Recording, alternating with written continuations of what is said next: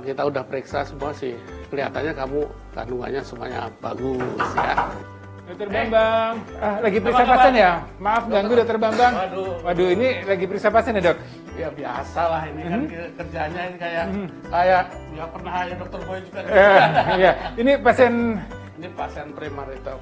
Oh, premarital medical check up. Wah, ini bagus. Kapan ini nikahnya nih Mbak? 2 bulan lagi. Wah, selamat ya. Walaupun masih 2 bulan lagi, selamat nih ya.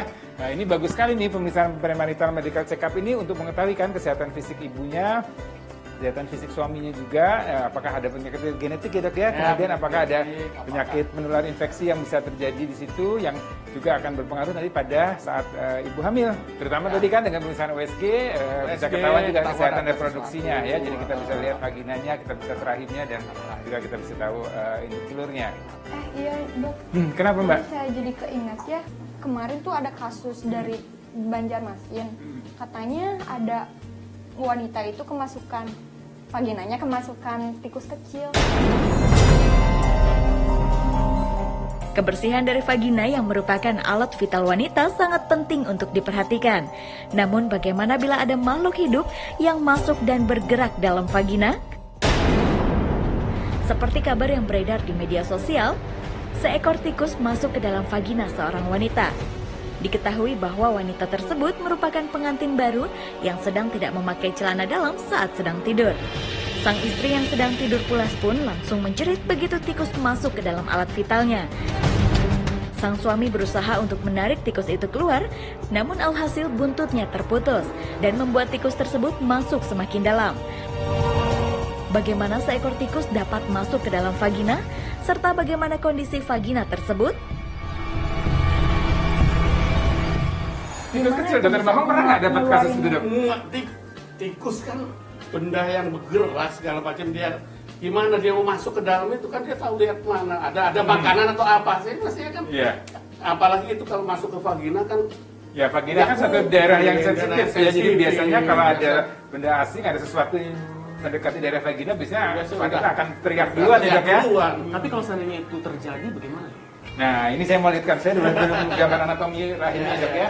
Ya, ini kita lihatkan nih, ya. Kalau ini adalah anatomi rahim wanita, ini adalah vagina. Jadi kalau tadi ceritanya nih ada tikus yang masuk ya, dia akan masuk hanya masuk sebatas daerah vagina ini saja. Ya, jadi sedalam-dalamnya dia tidak akan bisa masuk sampai ke dalam rahim, apalagi masuk ke daerah yang di dalam lagi, ya, Bambangnya. Jadi ini hanya daerah vagina aja. Vagina ini memang suatu rongga yang cukup panjang, sekitar 9-11 cm, dan ini memang ada daerah yang kita sebut vagina, kemudian ini kita sebut ada di pintu luar, ada di kita sebut pintu dalamnya.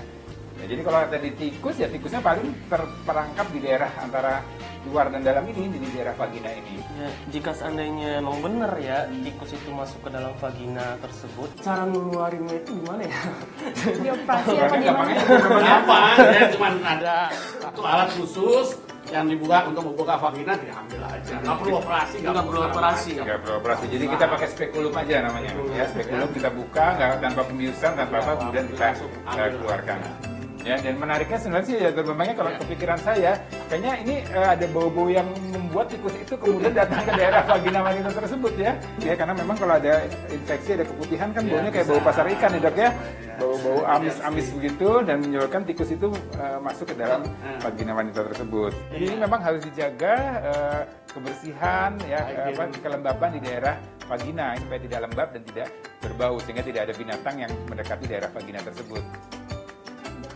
Di kejadian itu si wanita yang kemasukan tikus itu kan nggak pakai pakaian dalam ya. Terus padahal kan sehat ya, nggak pakai pakaian dalam itu. Jadi gimana baiknya? Sebetulnya kalau dari segi kesehatan ya, wanita pria hampir sama. Sebetulnya secara kesehatan yang bagus ya, itu memang pakaian dalam itu akan membatasi gerak kita. Satu ya, untuk wanita juga pakaian dalam itu juga akan membuat lebih lembab, sehingga juga menyebabkan kesehatan dari vagina juga berkurang ya, lebih lembab sehingga banyak jamur atau segala macam yang menyebabkan infeksi di vagina bisa. Dan juga untuk kesehatan kulit juga sebetulnya kan lebih bagus nggak pakai apa-apa, sehingga kulit itu bisa bernafas segala macam. Ya, jadi menurut Dr. Bambang kalau tidur lebih nyaman atau lebih baik tidak menggunakan pakaian dalam. Tapi sebenarnya kan tidak semua wanita ya cukup Iya. nyaman tidur tanpa menggunakan pakaian dalam. Jadi boleh-boleh aja sih kalau tidur mau menggunakan pakaian dalam. Tapi tadi Dr. Bambang juga mengatakan bahwa memang kelembapan vagina ya dok ya mesti Iya. dijaga betul ya. Jadi gunakanlah pakaian dalam yang berbahan dasar katun yang bisa menyerap keringat dengan cukup baik ya. Kemudian jangan yang terlalu ketat. Ya, kalau terlalu ketat tadi ke daerah kulit akan menyebabkan sirkulasi darah tidak bagus, kemudian ya akan menyebabkan tadi kerusakan di daerah organ vagina. Jadi itu memang harus dijaga betul kebersihan vaginanya, kelembapan vaginanya dan juga sirkulasi darah di daerah vagina. Jadi boleh saja menggunakan pakaian dalam kalau dirasa tidak nyaman tidur tanpa menggunakan pakaian dalam. Terus kalau seandainya laki-laki nih dok, baiknya itu kalau sebelum tidur nih pakai celana dalam apa nggak pakai celana dalam? Ya, jadi kalau untuk kesehatan kesuburan pria, nah tadi buah sakar itu harus dijaga dengan baik ya. Jadi sebaiknya memang buah sakar itu tidak panas ya. Jadi sirkulasi darah buah sakar itu cukup dingin, suhunya kurang lebih 1 derajat lebih dingin dari suhu badan pria tersebut. Ya, jadi pada saat tidur nih kalau menggunakan pakaian dalam yang ketat, pakaian dalam yang tidak berbahan dasar katun, biasanya suhunya menjadi panas dan tadi kesehatan reproduksinya akan menurun. Spermanya susah berkembang Ya. kalau lebih panas daripada. Jadi sebaiknya kita nggak pakai celana dalam gitu ya dok ya? Ya, ini sekali pilihan ya dok ya. Iya. Jadi pergunakan bahan yang enak, yang lembut dan longgar. Ya, karena kalau celana dalamnya terlalu ketat juga mengganggu sirkulasi.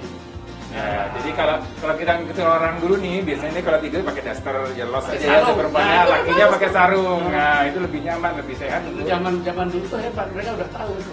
Ya, sarung aja. Ya, itu lebih bagus daripada pakai celana dalam sekarang. Orang dulu makanya anaknya banyak.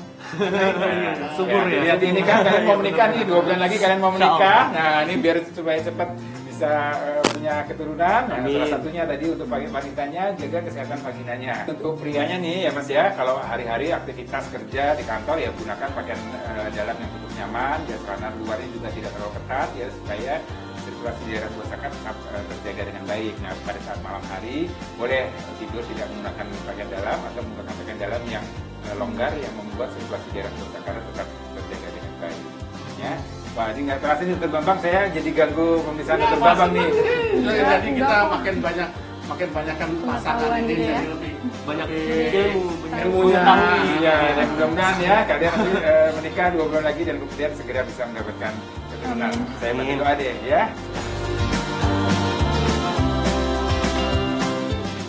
Apa saja bahaya make up yang mengandung merkuri? Sesaat lagi